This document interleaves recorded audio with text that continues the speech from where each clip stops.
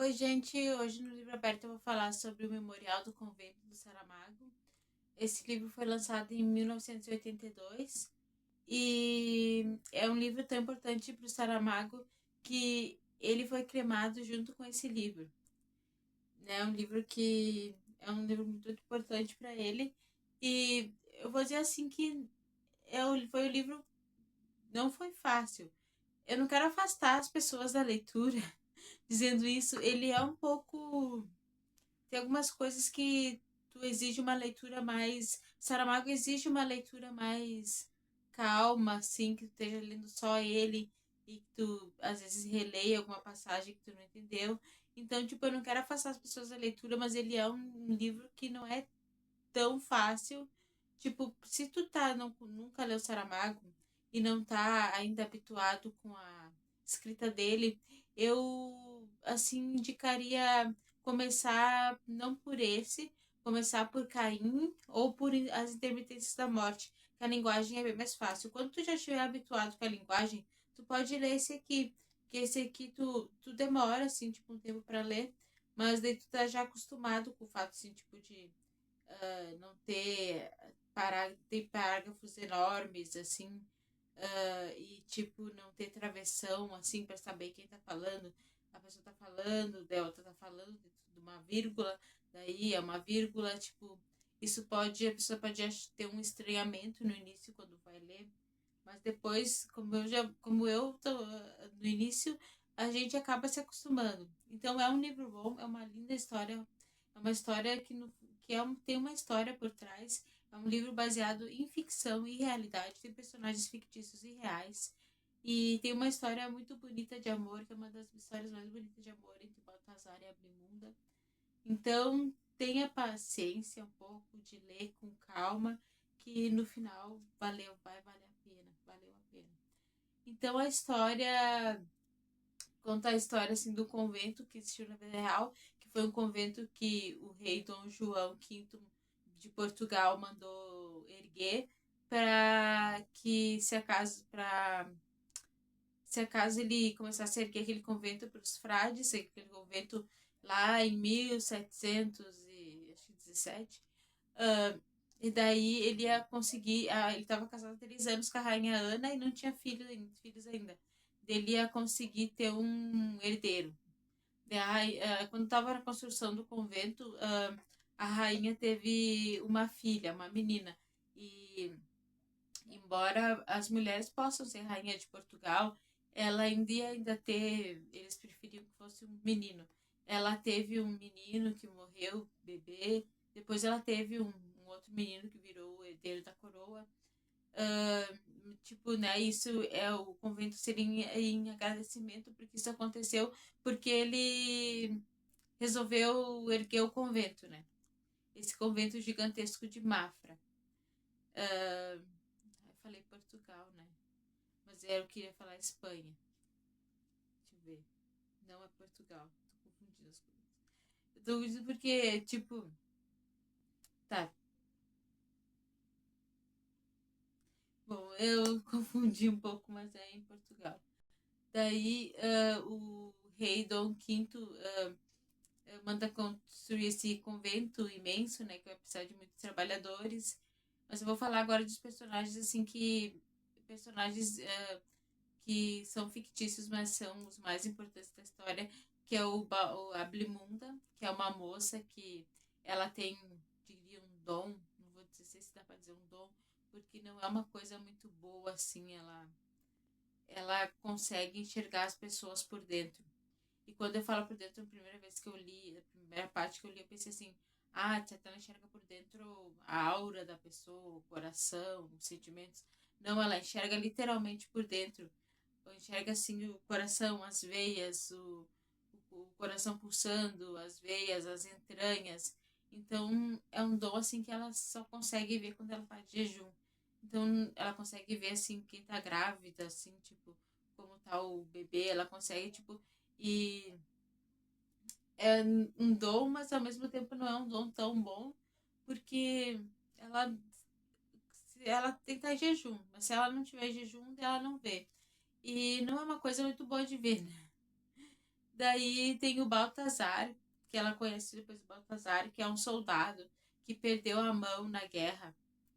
E daí o que que acontece que ele fica sem essa mão, dele pega e manda fazer um gancho, né, para essa mão, e ele e a Blimunda se conhecem e eles se apaixonam e vão a viver juntos. E tipo, o Baltazar, ele consegue emprego na construção do convento. Primeiro ele acha que não ia conseguir. E ele, o cara que fez a entrevista com ele, conversou assim, né, olhou, né, pensou em né, uma pessoa maneta, sem a mão, né, será que ele vai conseguir trabalhar na construção do convento? Tá, mas enfim, ele pensou assim, bah, mas ele veio aqui pedir, a gente não pode rejeitar uma pessoa que quer trabalhar num convento, né, que quer ajudar em troca de dinheiro, claro, a construir um convento. Então eles pegaram e ele conseguia trabalhar. Até o cunhado dele falou que ele ia conseguir, né? Tipo, talvez tivesse umas dificuldades, mas o gancho ia ajudar bastante. Então, o casal, Baltasar e Belmunda, eles conhecem o padre Bartolomeu Guzmão, que é, quer dizer, Bartolomeu, eu vou dizer assim, que é um padre voador. Sim, antes do nosso padre voador, aquele padre que voa com os balões, tinha um outro padre voador. E esse padre é inspirado num padre real brasileiro que foi morar em Portugal. E ele tinha esse sonho de voar. Então ele estava construindo uma coisa que ele chamava de a passarola, que tinha uma cabeça de ave, assim, de madeira, e tentava. Ele fez. Vou falar um pouquinho do que a história diz, depois eu falo o que acontece aqui. A história diz que ele fez várias demonstrações na corte do rei, mostrando que a passarola até voava, né? Ela, só que voava sem ninguém dentro, ele queria que voasse com pessoas dentro, né? Ele não dava muito certo, ela voava até o teto, se incendiava. Tem uma vez que ela voou assim e conseguiu descer assim sem se incendiar, né? Ele tentava assim, ele queria era, o sonho dele era poder, tinha o desenho assim, fazer a passarola e as pessoas voar, e ele voar. Então ele é um padre voador, antes do nosso padre voador, tinha esse padre voador aí. E ele era tido às vezes como louco. E o que acontece é que na história ele conhece o Baltazar e a Blimunda e ele pede ajuda a eles para construir a passarola e ele vai precisar da Blimunda para fazer voar a passarola, porque ele precisa de um elemento mágico para fazer voar a passarola, que eu não vou dizer, mas daí eles ajudam ele a fazer a passarola e tipo, eu não vou dizer se eles conseguem voar na passarola, né? Mas é bem interessante, né, que os três ficam, não pode falar para ninguém, tem que ser uma coisa muito secreta, né, que pode chegar ao Santo Ofício e ser visto como bruxaria. E então eles fazem essa passarola e o que acontece na vida real é que o padre começa a sentir que ele vai ser perseguido pelo Santo Ofício, que é a Inquisição. Ele pega e vai embora, se exila na Espanha e ele morre bastante jovem, ele morre lá. E ele morre com 39 anos, muito doente, saúde muito debilitada quando ele chegou e ele morre lá. E no livro aqui na história, ele tinha também esse receio de que o Santo Ofício ia pegar ele por fazer a passarola, por fazer a passarola voar. E ele achava que ele ia pra fogueira, né? Por isso que no livro ele também vai embora. E ele tinha fama de louco, assim, na vida real, porque ele dizia assim que o verdadeiro Messias não era Jesus, mas era ele mesmo. E tipo, daí era um lugar bastante perigoso para essas invenções. Então, eu vou falar agora dos autos de fé. Os autos de fé era a Inquisição, né? Teve a mãe da Blimunda também tinha assim visões assim, tipo, então ela era considerada uma feiticeira. Ela foi condenada pelo auto de fé, não a morrer, mas a levar muitas chicotadas e ser degradada para outro país.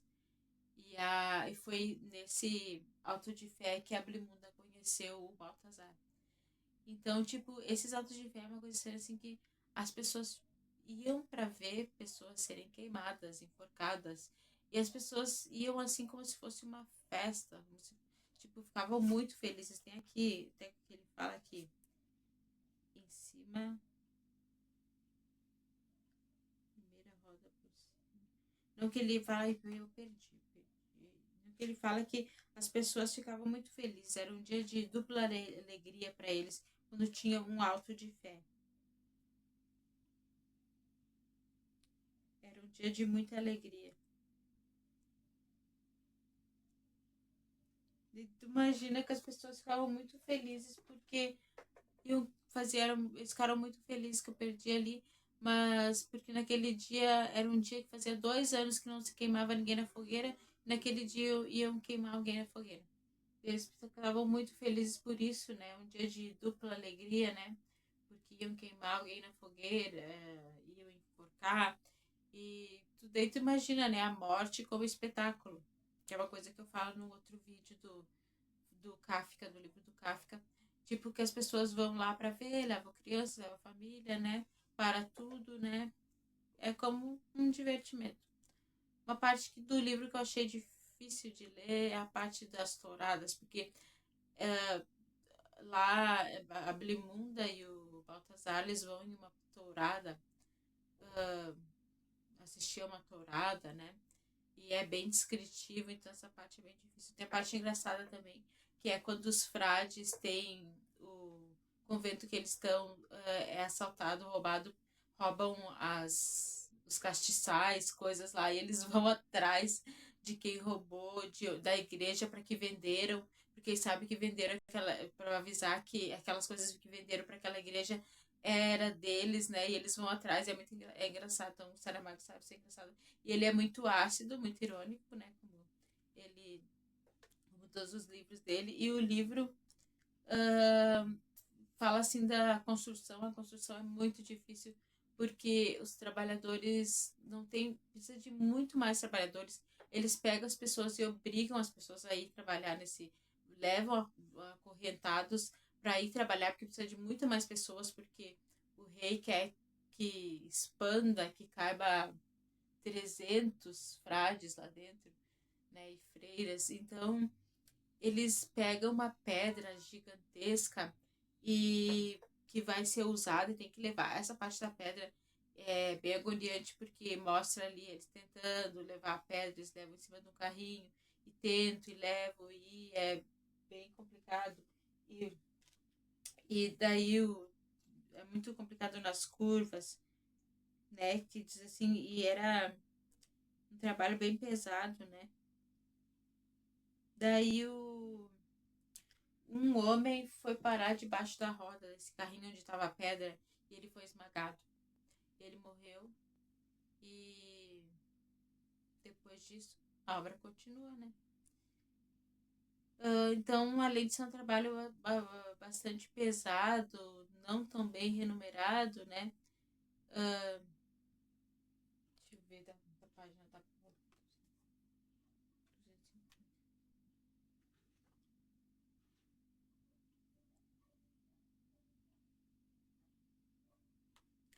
Ó. Em cima desse valado está o diabo assistindo pasmado de sua própria inocência e misericórdia por nunca ter imaginado um suplício assim para a coroação dos castigos do seu inferno. Um suplício assim de ter que empurrar aquela pedra assim, morro acima e curvas e coisas assim, né, terríveis e assim eu não vou falar o que acontece no final, claro, mas é assim um final muito triste de chorar, eu chorei. E é um romance assim, uma história de amor muito bonita, mas o final é muito triste.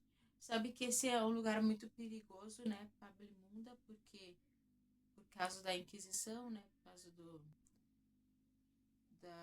dos autos de fé, mas ela esconde muito bem o dom dela E é perigoso para todo mundo que qualquer coisa podia ser acusada de bruxaria. Bom, a gente já tá dando 15, então é isso. Eu só vou mostrar bem ligeiro o que eu li. Eu li, vai ser a próxima resenha, Escravos ou Escravizados, do escritor haitiano Mário Noel. E eu vou começar a ler, porque esse aqui eu já li. Os Tambores Silenciosos do Josué Guimarães. Escute aí, dá um like. Tenta ler esse livro, que você no final vai te dar uma satisfação conseguir. E que nem quando eu terminei de ler o livro Idiota do Dostoiévski, que eu pensei, nossa, consegui sentir um orgulho, pô,